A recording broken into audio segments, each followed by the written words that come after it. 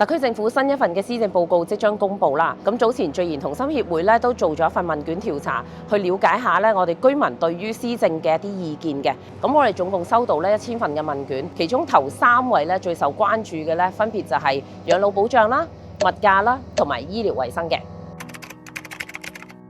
咁首位嘅養老保障咧，其實居民除咗關心養老金有冇得增加、敬老金等等嘅長者福利嘅水平之外咧，大家更加會關注咧，就係隨住我哋嘅老齡社會，長者得唔得到好嘅照顧？咁亦都希望政府咧可以投放足夠嘅資源啦，無論從長者嘅院舍或者一啲護理嘅服務，以至一啲上門嘅支援嘅服務咧，都可以更加多嘅開展。咁而長者嘅生活入邊咧，亦都會關注到譬如長者嘅住屋啊等等方面嘅問題。特區政府咧係有需要完善澳門嘅長者服務體系，喺原有嘅基礎之下咧，加強支援我哋嘅長者服務嘅。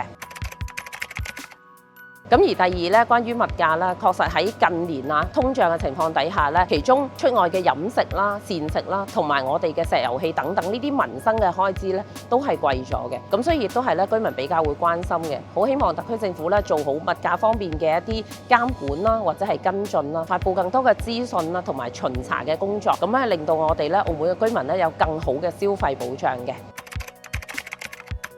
而第三咧就係醫療衛生啦。咁喺原有咧澳門嘅醫療服務咧都係做得唔錯嘅。咁譬如我哋有一個比較大嘅一個免費醫療網啦，咁亦都喺醫療質素上面咧有一定嘅改善。咁隨住協和醫院亦都投入咗運作啦，居民其實會好關心未來特區政府咧點樣更加進一步完善我哋嘅醫療嘅服務，無論係一個輪候嘅時間啦，或者係各方面嘅醫療嘅水平上面嘅提升啦，都係咧涉及到澳門居民嘅一個醫療衛生方面嘅保障。與此同時咧，亦都好希望特區政府咧做好公私營之間嘅協作，除咗咧可以提升咧居民使用醫療服務嘅嗰個便利性之外咧，其實亦都更加多地做好我哋嘅健康促進啦，同埋預防嘅工作。畢竟有好嘅身體咧，我哋先至可以咧有更好嘅生活環境嘅。咁所以以上3項咧都係我哋收到嘅意見啦。嚟緊喺行政長官答問啦，同埋施政辯論嘅期間咧，我哋都會向政府提出，希望咧大家共同去做好澳門呢方面嘅一啲工作嘅。